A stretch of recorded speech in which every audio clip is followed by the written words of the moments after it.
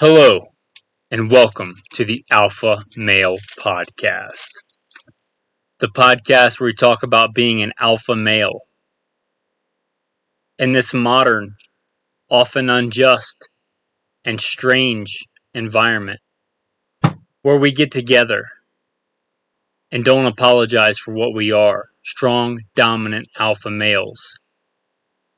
Made in the very image and likeness of God. Strong and in control. With that, guys, I'll put in the bio and then we'll roll into today's topic. If you want to skip it, you can generally skip to around 4 minutes. That'll get you pretty close to the main body of the episode. Before we roll into that, don't forget to like, subscribe, and comment. Leave a review of the podcast if you've listened to it before. Your one-stop shop to find out more, to see pictures, to contact me, to support anything like that is goodshepherdtraining.com. All one word, goodshepherdtraining.com. With that, the bio and then the topic, guys. Who's the guy talking to you through the microphone? First and foremost, I am a Christian. I make no apologies for that. God is number one, and I want to honor that and honor Him. I grew up hunting and fishing in the backwoods of the southeastern United States. I joined the Marine Corps at 17. I did a couple of combat tours in Iraq. After my combat tours in Iraq, I was an urban warfare instructor for the United States Marine Corps, teaching urban warfare and desert warfare to Marines and other military forces. After that, I worked for LAPD as a sworn peace officer. I worked regular patrol assignments, more specialized assignments in law enforcement. Was in that for a lot of years. I also served the United States Army, both full-time and part-time National Guard. I guess I should say that my primary MOSs in both were infantry. I started shooting competition even before I joined the Marine Corps at 17. In fact, by God's grace, with the talents He's given, even won a gold medal before I joined the Marine Corps at 17. I've won more competition shooting matches than I can honestly remember. State rifle and pistol champion a few times over. West Coast regional rifle champion. I've been a private contractor for a 3-letter government agency that I won't specify.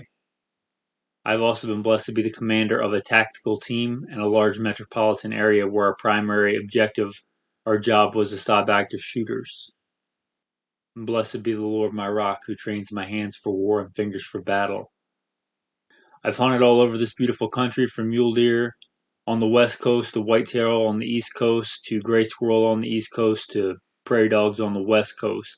I have been a professional hunter and guide of all kinds of game, professionally hunted things like buffalo and elk and deer and exotic species. I have slain wolf and bear and all manner of beast.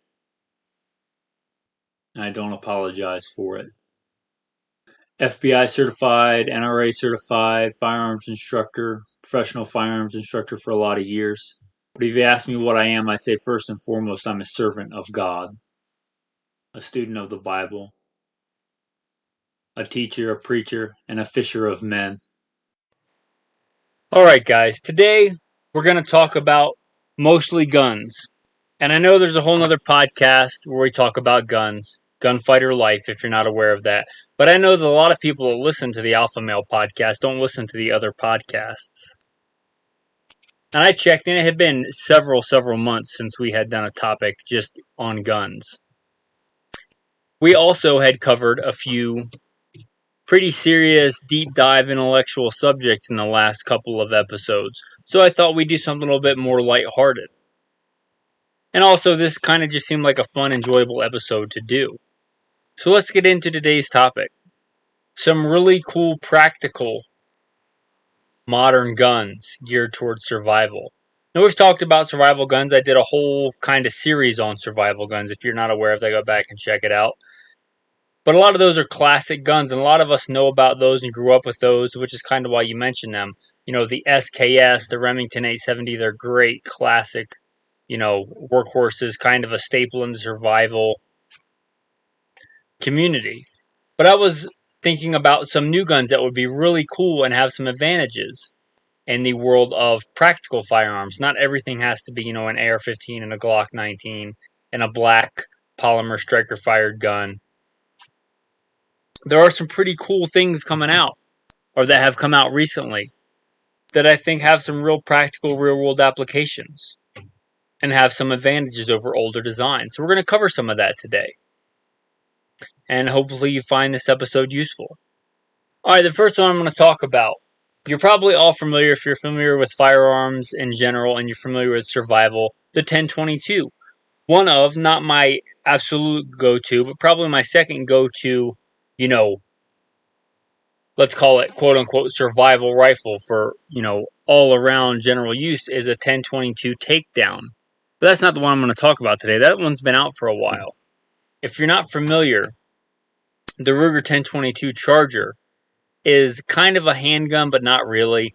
It's, as far as the ATF is concerned, considered a handgun, but you can put one of those pistol, quote-unquote pistol braces on it and make it a very short, handy, other kind of weapon, let's just call it that.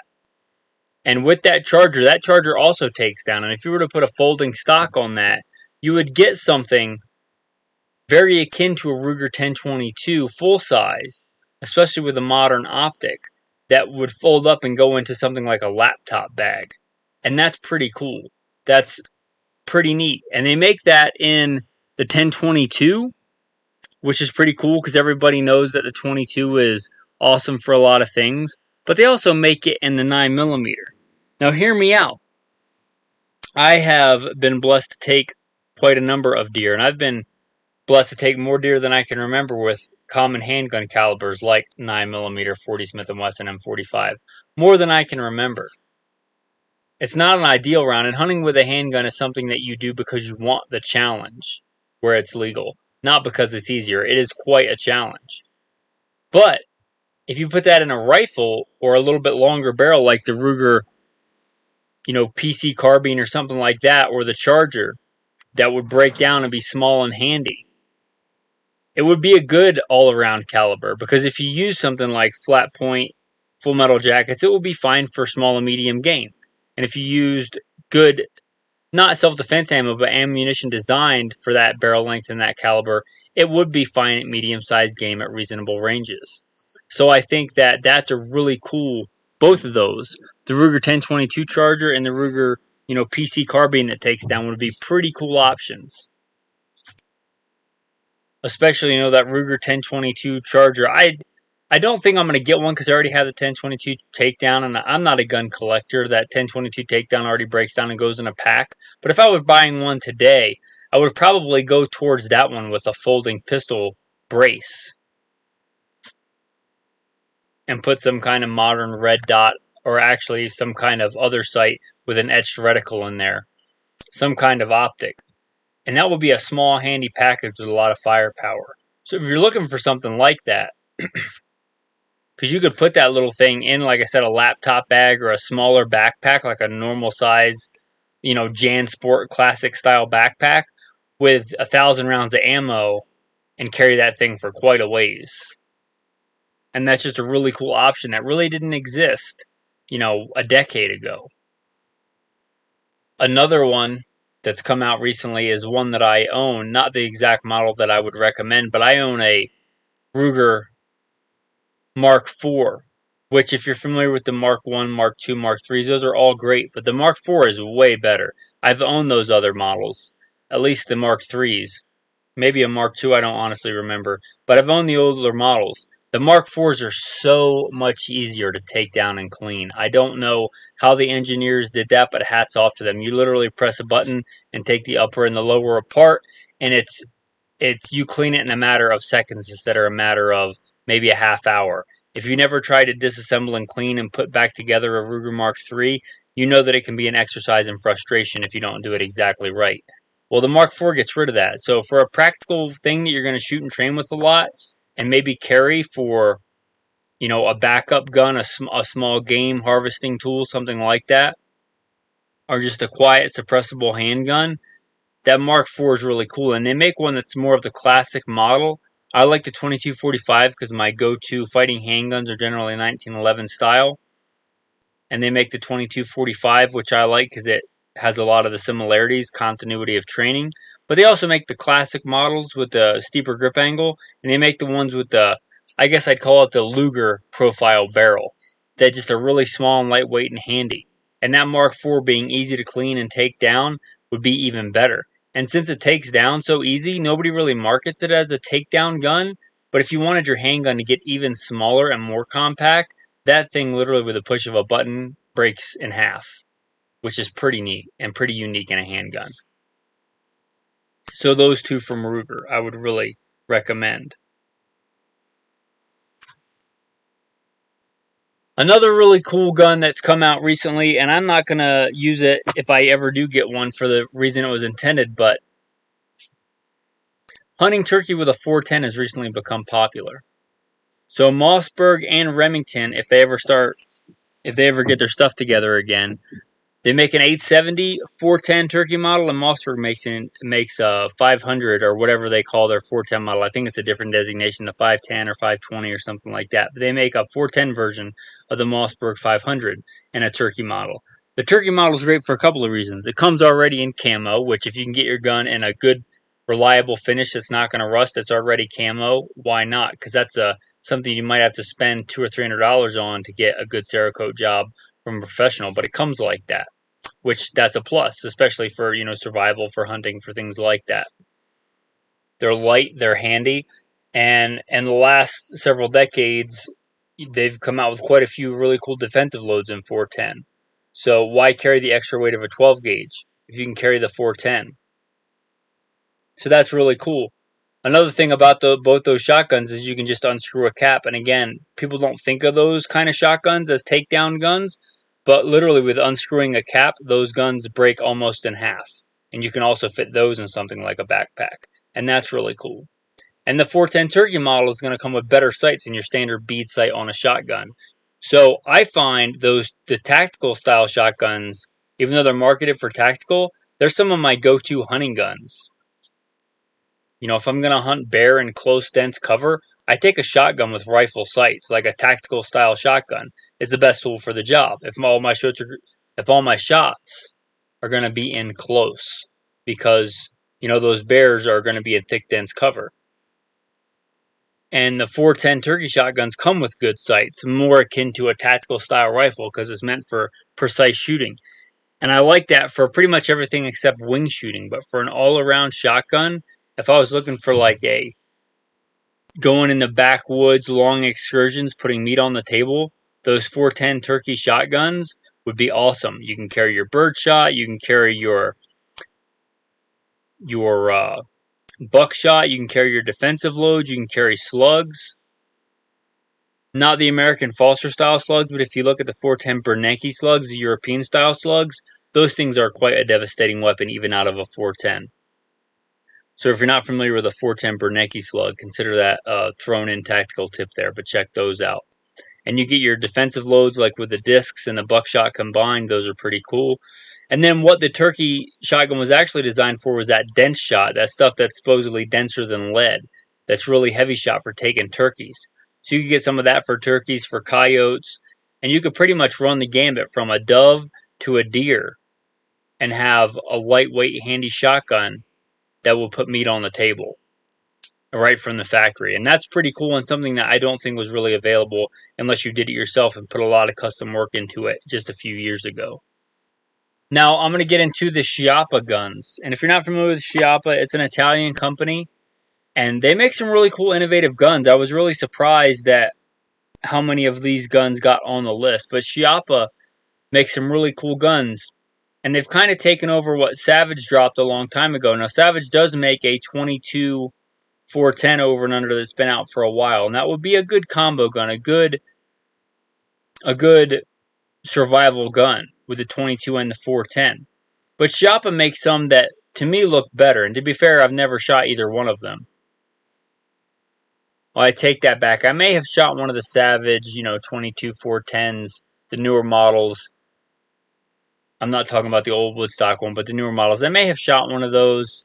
I don't know, 10 years ago. I really honestly don't remember. I've shot a lot of guns. But I haven't shot the Shiapas. But Shiapa, they do make quality firearms. They sell some like cheaper budget guns, and they sell some really high end guns that are quite expensive. But I've never heard anything bad about these guns. I'm just letting you know, to be fair, I haven't handled one in person or shot one in person. But they make. If you're looking for an option that Savage doesn't offer, or if you're looking for something with a more traditional wood stock that seems to be built a little bit more traditionally, Shiapa offers that. They offer not just with the 410 and the 22. I do believe they also offer, or have offered recently, the 20 gauge and the 22 Winchester Magnum, and they've also even offered, I believe, the 12 gauge and a 243 and a bunch of different combinations thereof. And that's really cool. Like I said, I'm not a gun collector, and I don't think that I would get one, but if I was in the market for an all-around survival gun, that, a 12 gauge or 20 gauge and 243 combo would be fantastic. And that's something I'm not aware of existing before that. They may have made one a long time ago that I'm not aware of, but a 243 and a 20 gauge or a 12 gauge would do everything I was talking about with that 410, but it would let you take deer-sized game. If you've not listened for a long period of time, I've taken quite a number of big game animals, and for quite a lot of years, my go-to big game hunting rifle for deer and elk was a 243. And that rifle, assuming that it's accurate, would let you take anything from a deer to a dove to a chipmunk to an elk, inside of 300 yards for putting meat on the table. That's a pretty cool survival gun. Shiapa also makes a really cool revolver. Now, you're probably familiar. Well, you may not be familiar. If you've seen Hollywood, it's a very unconventional revolver. It doesn't look like your classic revolver. It kind of looks like a rhinoceros, probably why they named it the Rhino. So the cylinder fires from the bottom, and the barrel is on the bottom instead of on the top of the revolver, and it has a big rib on the top like a shotgun. It's a really cool looking gun, and I think that's why it ends up in a lot of movies, but that doesn't make it not practical. It's not like a Desert Eagle, I don't think, where you hold on to it and it's like trying to shoot a 2x4, that's got a bunch of firecrackers stuffed in it. It's actually designed to be practical. It just happens to look cool. And Shiapa does something really cool. They make interchangeable cylinders that fire both 38 Special and 357 Magnum, and then they give you an interchangeable cylinder that fires 9mm. And that's really cool because 9mm is probably the most common handgun caliber, and 38 357s are also common. And that gives you quite a bit of flexibility in your ammo choice. And if you're talking about, hard times, hard ammo to scrounge times, or getting your gun battery down to a few weapons that will give you a lot of flexibility, that's really cool. Now, you may be aware that Ruger makes a Black Hawk like that, but that's a single-action cowboy-style revolver where you have to cock the hammer every time. The Shiapa's not like that. On the Shiapa, it's a double action, so you can just pull the trigger, and until the cylinder's empty, theoretically, unless the gun has some kind of problem, it will fire all those rounds. You don't have to cock the hammer every time.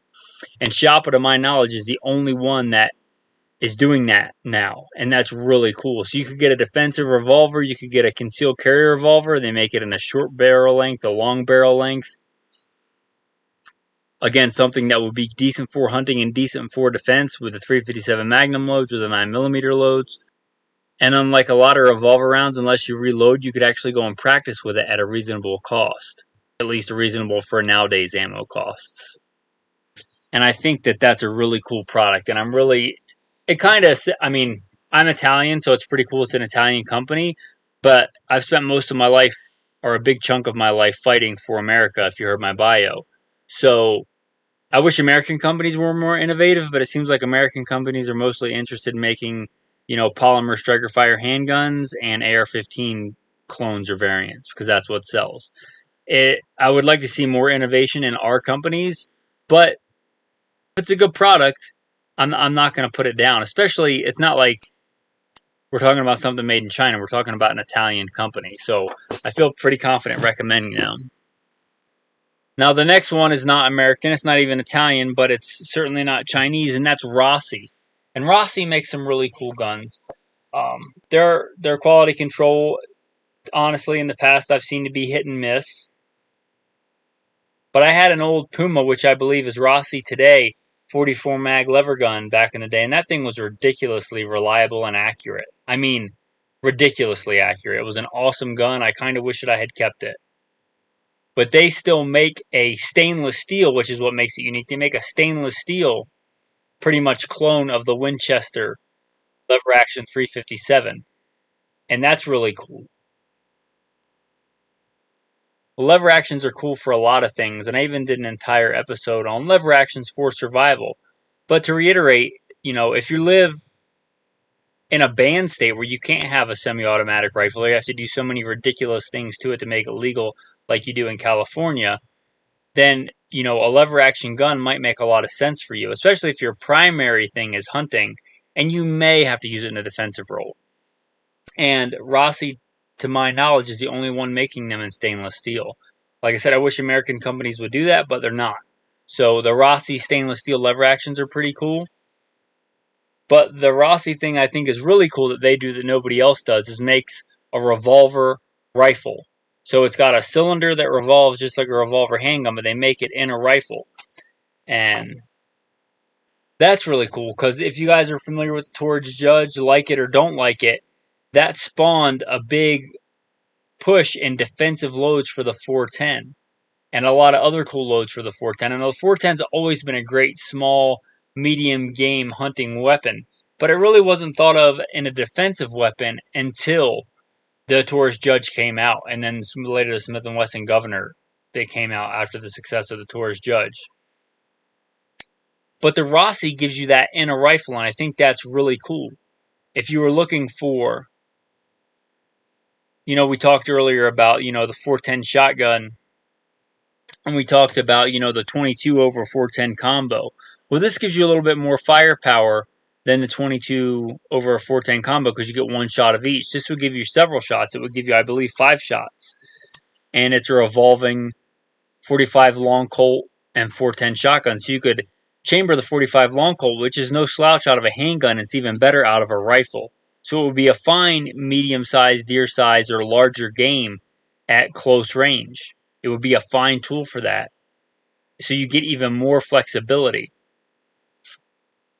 Admittedly, it's not going to be as good with the shotgun loads because it's going to have rifling, which is going to mess with your shot pattern. But it's still going to be effective at close range as a shotgun as well. And again, they make it in stainless steel like they do the lever guns, which is really cool. Again, I'd really like to see more innovation from, our homegrown companies. But Rossi makes that product, and I think that's a really cool option. I think it's a really cool gun. So I'm going to throw that out there as something that, they made those way back in the day. I forget if it was Colt or Smith & Wesson or somebody else made a revolver back in the old West days that was a rifle that was made like a revolver. But in modern things, it's pretty cool to see them bring that back, and I think it might be a practical gun, assuming that it works and is accurate and reliable. So that Rossi revolver, rifle / shotgun is pretty cool. Let you fire your 45 long Colts out of a rifled barrel, which would probably be pretty accurate. And it lets you fire your shotgun loads as well, and even your defensive shotgun loads. And the next gun I'm going to talk about is the one that I want the most and that I may end up getting someday. Now, we talked about the Mossberg 410 already a little bit. And you may be familiar with the Mossberg Shockwave. They kind of realized a few years ago that there's kind of an ATF loophole where if it's not a shotgun, not a pistol, not a rifle, it's just considered a firearm, and they can get around the stupid law of having it be a felony if you have less than an 18-inch barrel on a shotgun. So they come out with the Shockwave, and you can't put a stock on it, but I believe, check your local laws or whatever, but I believe you can put a pistol brace on it. So the Shockwave, honestly, in my opinion, in 12 gauge, with just the bird head's grip that it comes with, like a pistol, is kind of worthless to me. Kind of hard to aim, kind of worthless and not fun to shoot, kind of impractical. But here's where I think it would be really cool. Mossberg also makes that in a 410, which means it wouldn't be ridiculously unpleasant to shoot. And there is a company, I believe, that makes a pistol brace for it. So now you get a super small, compact, actual 410 pump shotgun that gives you all the great things we talked about in the 410 shotgun. You know, the lightest weight of the shotgun ammo to carry if you're going in the backcountry, all the flexibility of the defensive rounds and the ability to hunt anything from a deer to a pigeon or even a Tweety bird. The ability to do all that in a shotgun that is, you know, maybe the length of your forearm instead of the length of a full-length shotgun. And if you're primarily going out hiking or scouting or something like that and you want to be able to put food on the table, but you're not, you know, going out to fill an elk tag or something, that would be a really cool, handy, small gun. And it would also double as a pretty cool truck gun. I think it would be more effective than most modern handguns if you did it right and had the pistol brace on it and you had the right loads in it. It would certainly be a formidable weapon.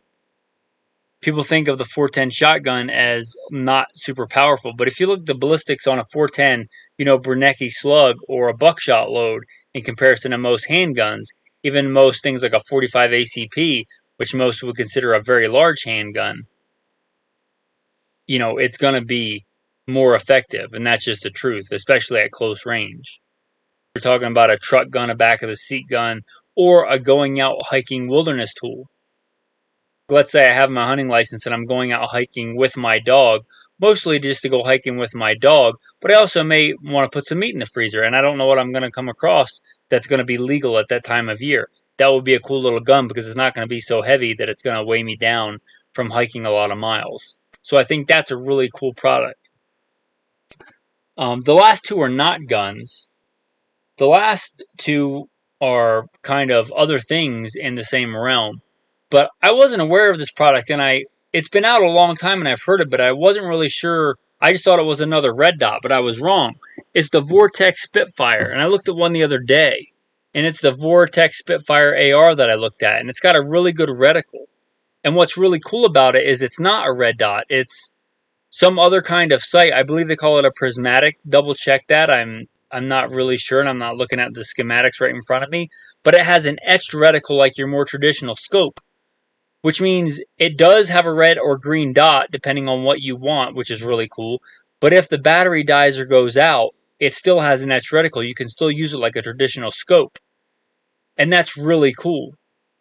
So the Vortex Spitfire Ar, I looked at that and I was really impressed because for, you know, a survival tool, a hiking tool, I have this thing about, with my experience in the military and as a police officer, I don't generally trust my life to things that take batteries. And if I do, I want some kind of backup system. And this gives you that. This gives you the backup system.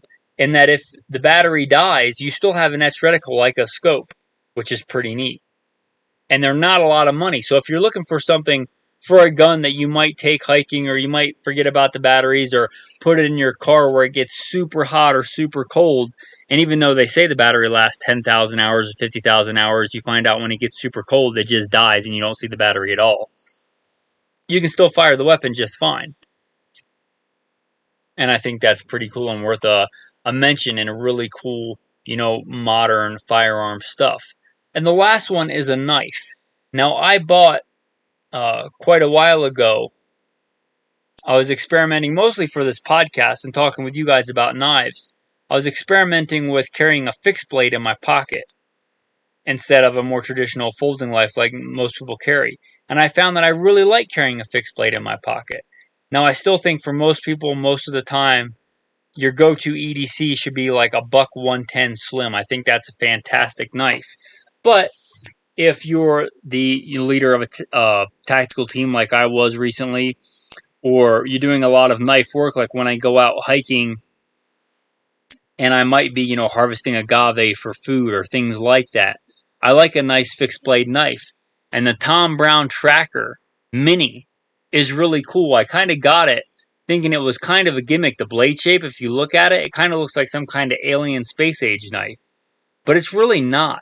That swept back blade, if you look at it and Google the image to see what I'm talking about, it's super useful. The first day that I think I carried it, I used a saw on the back, and it was quite effective.